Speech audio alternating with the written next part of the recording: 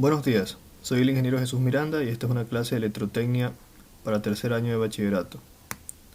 En esta clase vamos a ver los temas de potencia activa, reactiva y aparente. Vamos a revisar los conceptos que se necesitan comprender al respecto de estos tipos de potencias, las fórmulas que se emplean y al final vamos a efectuar un pequeño ejercicio para tener una mayor comprensión al respecto. Primero, potencia activa. La potencia activa es la potencia que hace un trabajo real, creando calor, operando una carga, etc. Es decir, es la potencia que realmente se aprovecha, que proviene de la energía eléctrica, especialmente de las fuentes de corriente alterna. Ya vamos a ver que existen las otras potencias, la reactiva y la aparente, y que la reactiva no necesariamente es una potencia que efectúe trabajo. Aquí tenemos las fórmulas de la potencia activa, las cuales se define como voltaje por corriente por el coseno del ángulo. Este ángulo ya lo vamos a revisar de dónde nace, pero de momento podemos decir que este ángulo se necesita para poder determinar el factor de potencia. La otra expresión, potencia igual a la corriente al cuadrado por resistencia. Esta expresión nace de la fórmula potencia igual a voltaje por corriente. En este caso se descompone el voltaje y de ahí se obtiene la corriente al cuadrado. Y la última expresión, factor de potencia, es igual al coseno del ángulo. Ya. El factor de potencia nace de que es muy usual que actualmente la mayoría de las cargas no sean puramente resistivas, sino que pueden tener inductores y capacitores. Al tener inductores y capacitores, nace este desfase entre la señal de voltaje y la señal de corriente. Y al existir ese desfase, el desfase se lo mide en función de un ángulo, que sería este de aquí. Al comparar el desfase entre la señal de voltaje y la señal de corriente, de la corriente alterna en la carga, debido a la presencia de estas cargas inductivas o capacitivas, se genera este factor que se llama factor de potencia, el cual va a ser un valor entre 0 y 1 que nos va a definir qué tanto aprovecha la potencia activa nuestra carga, ¿sí? Esa es la definición, la función. Ya lo vamos a revisar con su expresión y cómo se relacionan con las potencias activa, reactiva y aparente. Dice, cuando θ es igual a 0, la potencia tiene su máximo valor. Solo pasa en circuitos resistivos puros o en circuitos RLC en resonancia. A ver, matemáticamente eso ocurriría lo siguiente. Si el ángulo es igual a 0, coseno de 0 es 1. Entonces por eso al multiplicar 1 por el voltaje y por la corriente, la potencia sería lo más grande posible. Pero en cambio, si el θ es igual a 90 grados, la potencia activa sería igual a 0, porque el coseno de 0 es 0 y se anularía toda esta expresión. Por eso aquí dice, cuando θ sea igual a 90 grados, la potencia activa es igual a 0. Esto pasa cuando el circuito es inductivo puro o capacitivo puro, es decir, ya en ese caso no hay potencia que se pueda aprovechar. Potencia activa no se aprovecharía. En los circuitos inductivos es obligatorio indicar que el factor de potencia está en atraso. Y en circuitos capacitivos es obligatorio indicar que el factor de potencia se encuentra en adelanto. Ya, estas definiciones de atraso o en adelanto las revisamos en la clase de circuito inductivo puro y circuito resistivo puro y circuito capacitivo puro. Vimos que en los circuitos inductivos puros y capacitivos puros se va a desfasar la corriente con respecto al voltaje. La señal de corriente se desfasa con respecto a la señal de voltaje, y al existir este desfasamiento puede que dependiendo del caso, en el caso de que sean inductores, la corriente se va a atrasar, si no me equivoco, y en el caso de que sean capacitores, la corriente se adelanta al voltaje. Sí, en el caso de que sea un circuito capacitivo puro, la corriente se adelanta al voltaje 90 grados, y en el caso de que sea un circuito inductivo puro, la corriente se atrasa al voltaje. Entonces, partiendo de esas definiciones, se ha tomado como una normativa, una notación, que el circuito cuando se trate de un circuito inductivo, es obligatorio indicar que el factor de potencia está en atraso. Y cuando se trata de un circuito capacitivo, es obligatorio indicar que el factor de potencia se encuentra en adelanto.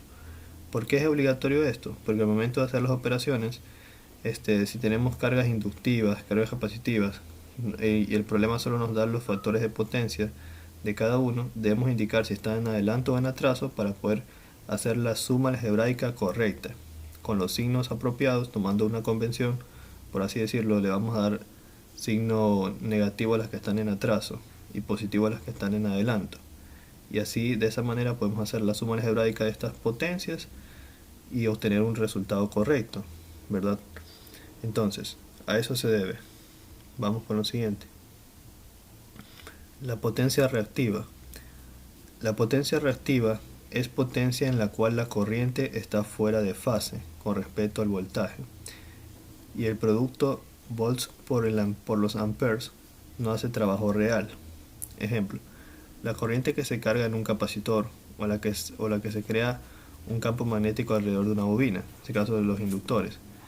Ya, esa es la potencia reactiva, no hace un trabajo real, porque la potencia se va a disipar ya sea en un campo magnético o un campo eléctrico. Campo magnético en el caso de los inductores o un campo eléctrico en el caso de los capacitores, pero no se aprovecha como en el caso de las resistencias, que se disipa en forma de calor. Ya, entonces algo más que tenemos aquí es la notación que se encuentra A más JB. ¿A qué corresponde esta notación? Que al momento de hacer los cálculos nosotros vamos a tener una expresión de impedancia, en la cual la parte real, que va a ser A, va a representar las cargas resistivas puras, y la parte imaginaria, más JB, la B representaría la parte de las reactancias o las cargas reactivas, como los inductores y capacitores. Ya, aquí tenemos las fórmulas que corresponden a la potencia reactiva. Como podemos ver, la potencia reactiva se representa por Q, y es igual al voltaje por la corriente por el seno del ángulo θ. Ya vamos a ver qué es ese ángulo θ. Ya dijimos que el ángulo θ es el de fase entre la corriente y el voltaje, pero ya lo vamos a aterrizar mejor. Y esto se mide, la potencia reactiva se mide en bar. La potencia reactiva también se la puede definir como la corriente al cuadrado por la reactancia, ya sea una reactancia capacitiva o una reactancia inductiva. Potencia aparente. La potencia aparente es la combinación matemática de las dos, la potencia activa y la reactiva. Es decir, al referirse a la combinación matemática se refiere a esto. La potencia aparente es igual a la raíz cuadrada de la potencia activa al cuadrado más la potencia reactiva al cuadrado. Es decir, si yo ya tengo mi potencia activa de todo mi circuito y la potencia reactiva de todo mi circuito, yo puedo calcular la potencia total aparente con esta expresión. Aparte, la potencia aparente también se define como el voltaje por la corriente. Voltaje por la corriente. Pero claro, el voltaje ya sería de la fuente alterna por la corriente, también con su respectiva fase, o se puede hacer también la operación con números complejos, que es lo que vamos a ver en el ejemplo. Ya, pero antes de eso, veamos lo siguiente. Ya dijimos que es el factor de potencia. ¿No? Da una medida de la capacidad de una carga de absorber potencia activa, ya que el factor de potencia es un valor entre 0 y 1, que nos va a decir qué tanto se está aprovechando la potencia activa por nuestra carga. Ya. Y bueno, se define como el coseno del ángulo, donde el ángulo ya dijimos que es el de fase entre la señal de corriente y la de voltaje. Ahora, para poder comprender cómo se relaciona la potencia activa con la reactiva y con la aparente, nace lo que es el triángulo de potencias. El triángulo de potencias es un triángulo que va a relacionar el ángulo de desfasamiento, la potencia activa, la reactiva y la aparente, a modo de que más o menos puedan entender. Si alguna vez han trabajado con un plano imaginario, sabrán que el eje de las X siempre se va a encontrar la parte real. Entonces asocienlo de esta forma. En el eje de las X se encuentra siempre la parte real. Entonces en la parte horizontal debe estar la potencia activa, porque es la potencia real. En el eje de las Y se encuentra la parte imaginaria. No sé si hayan usado un plano imaginario alguna vez. En el eje de las Y se encuentra la parte imaginaria, por eso la parte vertical correspondería a la parte reactiva, que es la parte imaginaria. La parte reactiva es la parte imaginaria. Y la suma vectorial de ambas me da la potencia aparente, que es la S. Y este ángulo que está aquí es el ángulo de desfase, con el cual voy a poder encontrar mi factor de potencia. Ya, observación. Este triángulo de potencias que se encuentra aquí es para una red predominantemente inductiva. ¿Por qué es inductiva? Porque viene hacia abajo. ¿Sí? Es inductiva porque viene hacia abajo. Cuando es inductiva habíamos dicho que la corriente se atrasa con respecto al voltaje en 90 grados. Entonces cuando es inductiva es hacia abajo, en atraso. Ahora, este triángulo de acá, él tiene la misma explicación, pero este de aquí está hacia arriba. ¿Por qué está hacia arriba? Porque este es un triángulo de potencias para una red predominantemente capacitiva. Predominantemente capacitiva. Ya, como es predominantemente capacitiva, ¿qué habíamos dicho sobre un circuito puramente capacitivo? Que el capacitivo de la corriente se adelanta al voltaje en 90 grados. Entonces, como se adelanta, este va hacia arriba. El ángulo es positivo. ¿Sí? En cambio el de acá, el ángulo es hacia abajo, negativo. Por eso va hacia abajo. Y en cambio el de acá va hacia arriba. ¿Por qué? Porque es un triángulo de potencia para una red predominantemente capacitiva. ¿Ya? Ahora, algo más que también es muy importante resaltar con respecto al triángulo de potencias es que este nos permite relacionar la potencia activa, la reactiva y la aparente y el factor de potencia. Vamos a relacionar todo con todo. ¿Por qué? Si ustedes conocen las identidades trigonométricas, las de Pitágoras, la de los catetos, ¿verdad? La expresión de Pitágoras para calcular la hipotenusa, ustedes se darán cuenta que se está usando esto. Dense cuenta de lo siguiente. Primero la potencia activa. Potencia activa es voltaje por intensidad por el coseno de teta, ¿verdad? Siendo teta esta expresión que se encuentra aquí. La potencia reactiva es voltaje por intensidad por el seno de teta, siendo teta este ángulo que está aquí. La potencia aparente S, como vendría a ser la suma de estos catetos, que es el de este con el de acá. Perdón, la suma pitagórica, o sea, igual a la raíz cuadrada de un cateto al cuadrado más el otro cateto al cuadrado. Por eso se suma la potencia activa al cuadrado más la potencia reactiva al cuadrado. Y también observen esto. Si el factor de potencia es igual al coseno de teta, aquí también es igual al coseno de teta. Coseno es igual al cateto adyacente, que vendría a ser P, sobre la hipotenusa, que vendría a ser S. Entonces se están usando las identidades trigonométricas para relacionar los distintos parámetros de las potencias. Coseno es igual al cateto adyacente sobre hipotenusa. Sería P sobre S. Bueno, entonces, ¿para qué nos sirve todo esto? Bueno, tiene muchas aplicaciones. Una de las aplicaciones más comunes es que en estos sistemas de corriente alterna que trabajan con cargas inductivas, resistivas y capacitivas, a veces se necesita corregir el factor de potencia. Y para corregir el factor de potencia se requiere calcular un banco de capacitores que se conectan por lo general, porque también se pueden conectar de otra forma, en paralelo con la carga para corregir el factor de potencia. ¿Por qué es necesario corregir el factor de potencia? Porque un factor de potencia que no esté muy cerca a 1, que esté por debajo de la normativa que nos permite la empresa eléctrica, nos va a hacer nos va a provocar que nos vayan a multar, nos vayan a cobrar más. Porque un factor de potencia que no es el apropiado provoca que nuestras cargas inyecten reactivos a la red, armónicos y entre otras cosas, que terminan deteriorando las redes eléctricas con el paso del tiempo. Y eso no es bueno, porque la empresa eléctrica es la que termina pagando al final, renovando los conductores y cosas así.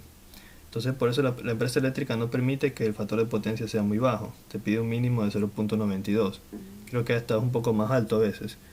Entonces, teniendo eso en consideración, se ha diseñado todas estas herramientas matemáticas para poder estimar la potencia activa, reactiva, aparente, para poder determinar cuál es nuestro factor de potencia en una red eléctrica y en base a estos datos poder determinar el banco de capacitores o el capacitor que se debe conectar en paralelo a la red, perdón, en paralelo a la carga, para poder corregir ese factor de potencia. Ese problema es un poco complejo, pero podríamos resolverlo en otra clase. Ahorita vamos a resolver uno más sencillo para comenzar. El problema dice lo siguiente. Vamos a enfocarlo. El problema dice, vamos ahorita a hacer un ejemplo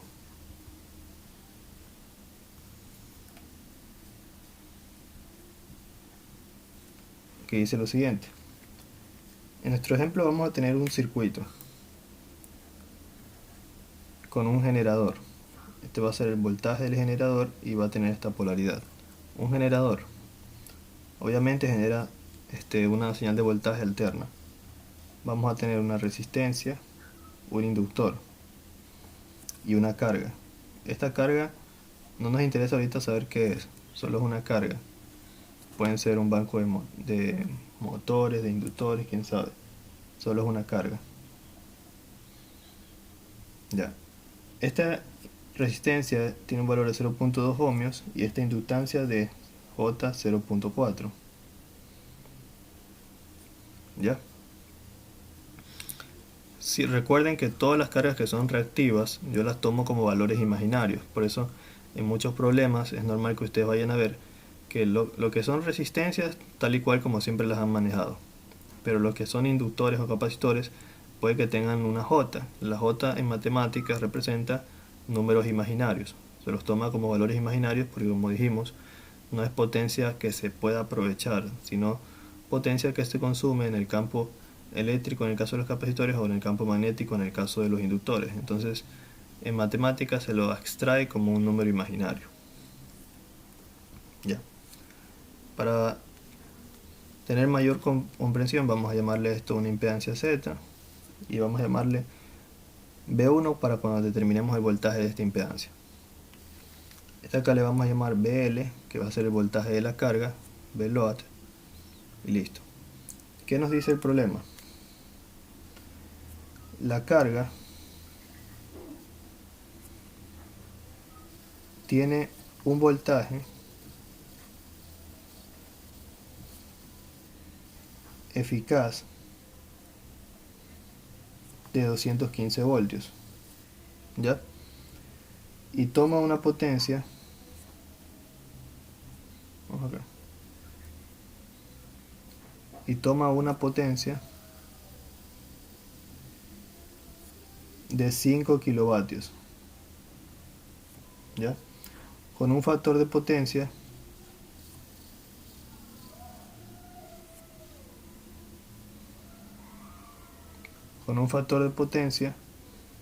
de 0.8 en atraso.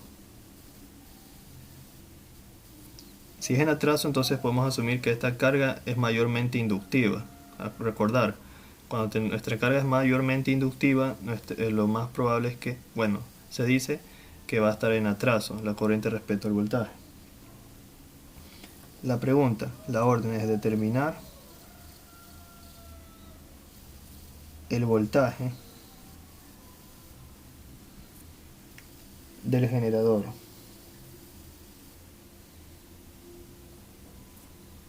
y la potencia, o sea, la potencia que entrega, ¿no?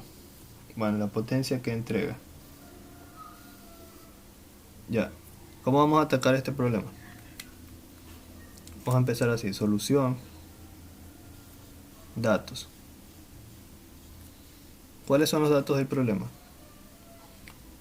La carga 1, o sea, la carga es la única carga que hay. El voltaje de la carga tiene un valor de 215 voltios eficaces. Como cuando nos dicen eficaces y no nos dan una referencia, asumamos que este voltaje está a un ángulo de 0 grados. Va a ser nuestra referencia. Tiene un factor de potencia de 0,8 y consume una potencia de 5 kilovatios, que es lo mismo que decir 5000 vatios. ¿Ya? ¿Qué vamos a hacer primero? Lo que vamos a hacer es lo siguiente. Este lo podemos empezar de esta manera. Obviamente por aquí va a circular una corriente, ¿verdad? Una corriente I. ¿Cómo determinamos esa corriente? Podemos partir de esta fórmula. Potencia es igual a voltaje por corriente por el coseno del ángulo. De esta expresión yo voy a despejar la corriente. Si yo despejo la corriente, tendré que la corriente es igual a la potencia sobre el voltaje por la corriente, sobre el voltaje por el coseno del ángulo. Tendría potencia sobre voltaje por el coseno del ángulo. Entonces, ¿cuál es la potencia de mi carga? Si yo determino la corriente que consume la carga, ya sería la corriente de todo el circuito, porque todo está en serie. Entonces, la potencia de mi carga es de 5000. ¿Dividido para cuánto? El voltaje 215. Ya el voltaje eficaz, así que ya lo puedo poner directamente. Y coseno de teta, yo les pregunto, ¿qué es coseno de teta? Acordarse que el factor de potencia es igual al coseno de teta. Esta es una fórmula. Entonces, el coseno de teta vendría a ser el factor de potencia. Entonces yo puedo reemplazar aquí directamente el factor de potencia. Me queda esta expresión. La corriente aquí al calcular me queda 29 amperios. Y ya tengo la corriente. Pero aún falta algo más. La corriente debe estar desfasada. Probablemente debe estar desfasada. Recuerde que la corriente es lo que siempre se desfasa con respecto al voltaje. Entonces, ¿cómo determino cuál es el ángulo que se desfasa la corriente? Lo puedo determinar a través del factor de potencia. Vamos acá. Lo puedo determinar a través del factor de potencia. Yo sé que mi factor de potencia para mi carga, que es el coseno del ángulo, es igual a 0.8. Eso me dice el problema. Entonces, si yo tengo que el factor de potencia es 0,8 y esto es igual al coseno de teta, yo puedo determinar el ángulo teta. ¿Cómo? En matemáticas lo que se hace es aplicar coseno inversa, o sea, la función trigonométrica inversa, a ambos lados.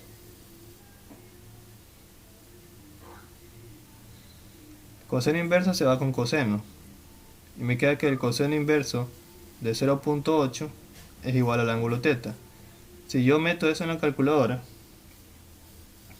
me dará que el ángulo teta tiene un valor de 36,8 grados. Pero le voy a poner menos porque el dato me dice que está en atraso. Me faltó poner aquí, en atraso. Sí me lo dice el problema. 0,8, factor de potencia 0,8 en atraso. Cuando está en atraso se le pone menos. Se le pone menos al ángulo. Listo. Si estuviera en adelanto no se le pone signo. No llevaría el menos. Ya. Recuerden que se dice que está en atraso porque tiene una carga mayormente inductiva. Es lo que el concepto nos dice. Entonces, mi corriente, la corriente de la carga, ¿cuánto sería igual? Sería igual a lo siguiente. Sería igual a los 29 que ya calculamos, pero a un ángulo de menos 36,8 grados. Ya. Hay calculadoras en las que ya se pueden trabajar con valores fasoriales como están aquí. Esta es la representación fasorial, magnitud y la fase. Pero como nosotros no tenemos esa calculadora, asumo que ustedes no la tienen, utilizan la calculadora común y corriente, vamos a llevarlo a números complejos, como en matemáticas. Entonces la corriente de línea va a ser igual.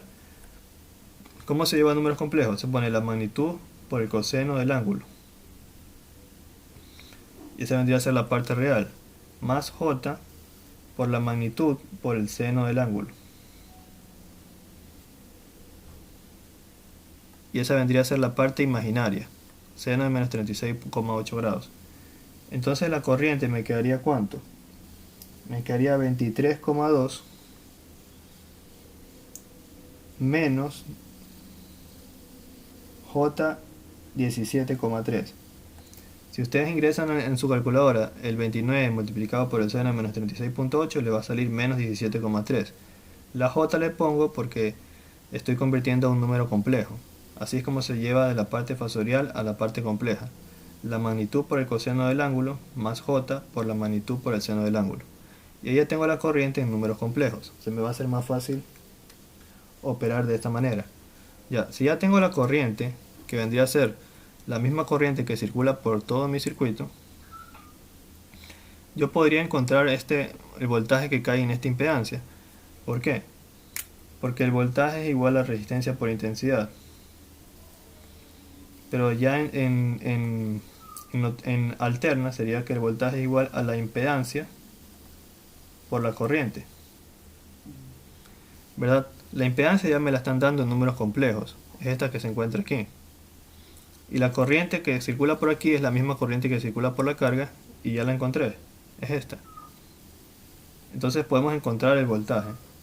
El voltaje vamos a llamarle V1, el de esta impedancia, V1, es igual a la impedancia, que es ¿cuánto? 0,2 más J 0,4.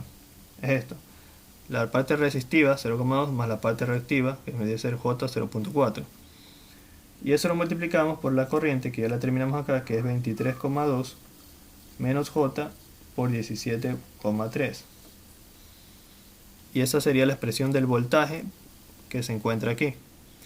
Una vez que encontramos este voltaje y este voltaje acá, que ya nos lo dieron, ya podemos encontrar el voltaje del generador por leyes de Kirchhoff, como la suma de este voltaje más este, y ese sería el voltaje del generador, y estaría resuelto el problema. Ya vamos a borrar una parte porque no alcanza, ¿no? Vamos a borrar todo lo de aquí.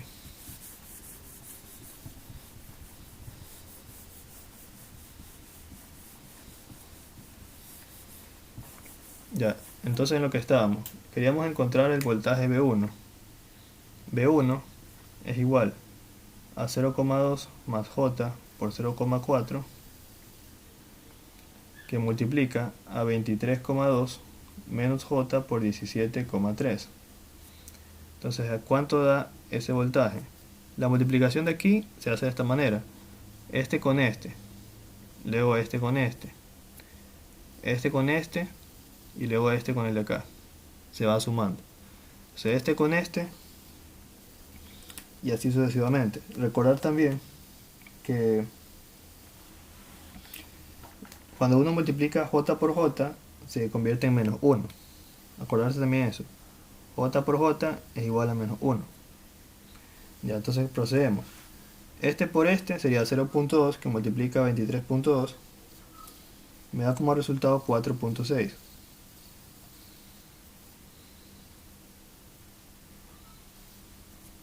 Ya. Ahora este por el de acá, más por menos menos J, 0,2 por 17,3, me da como resultado 3,46. Luego, este por este, más por más, J por el que no tiene J sigue siendo J, 0,4 por 23,2 me da 9,28. Y luego pilas con esta parte. Más por menos es menos. Más por menos es menos. Pero J por J es menos 1. Menos 1. Y 0,4 por 17,3 me da 6,92.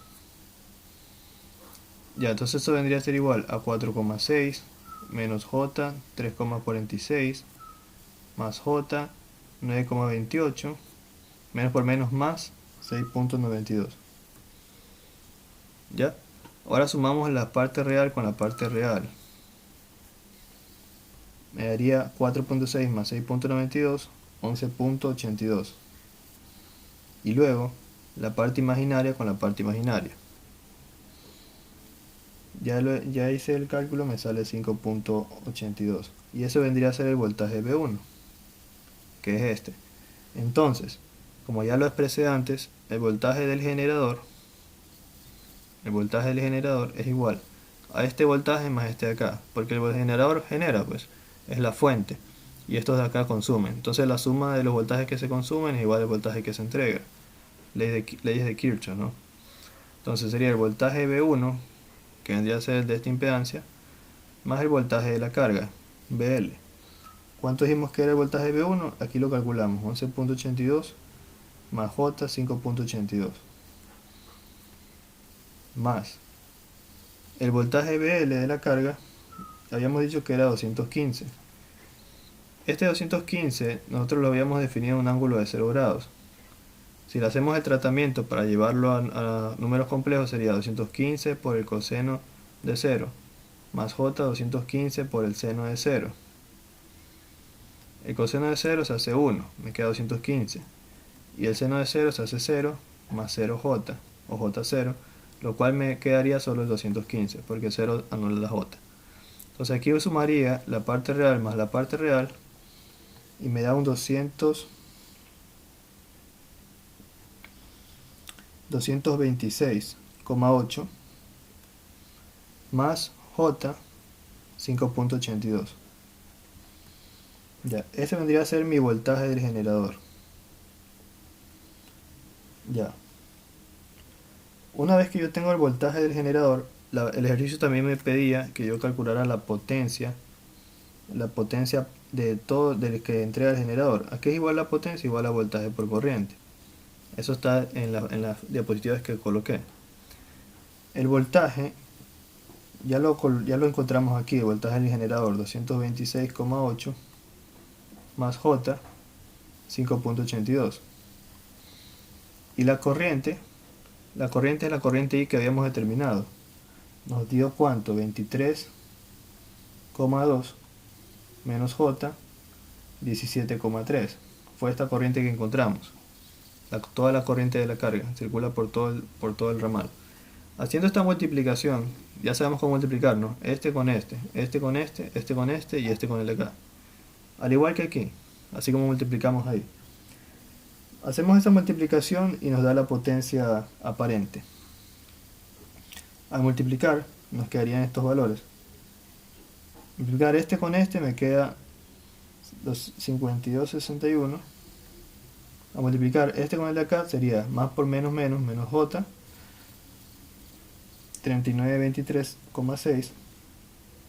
A multiplicar este con este me quedaría más J 5.82 por 23.2 sería 135.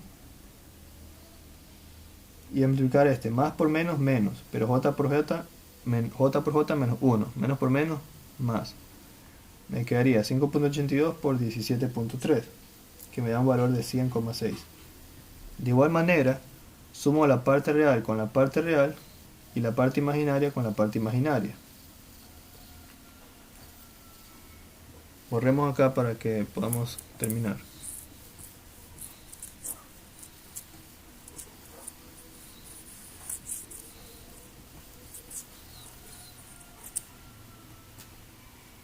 Ya, entonces al sumar me quedaría que la potencia aparente de mi generador es igual a 53,61,6 menos J 37,88,6.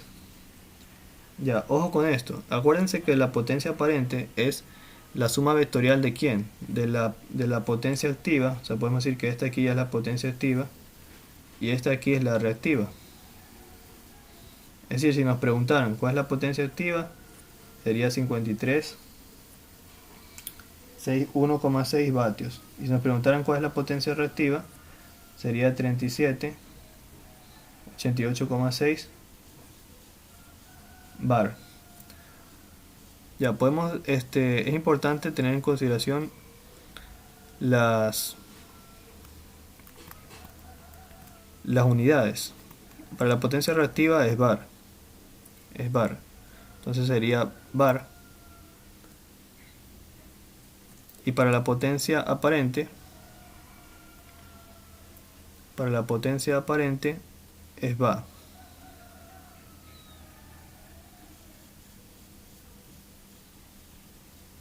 Tiene un significado. Va significa voltio ampere y bar voltio ampere reactivos. ¿Sí? Podemos definirlo así. Acuérdense nomás que la potencia aparente es la multiplicación de voltaje por intensidad. Entonces sería voltaje por amperios, potencia aparente, voltio ampere. Potencia reactiva, voltio ampere reactivos. Y la potencia activa en vatios. Ya. Listo. Hasta ese punto ya estaría resuelto el problema. Esto sí tiene una aplicación, porque podríamos aterrizarlo en términos de que sea un generador real. Y esta parte de aquí, que vendría a ser como un tramo de cable los tramos de cables que se utilizan para llevar la alimentación hasta la carga. Se los está modelando como una resistencia y una inductancia. Y la carga, que podría ser un motor, podría ser quién sabe qué, ¿no? Ya, esto sería todo por la clase de hoy. Muchas gracias.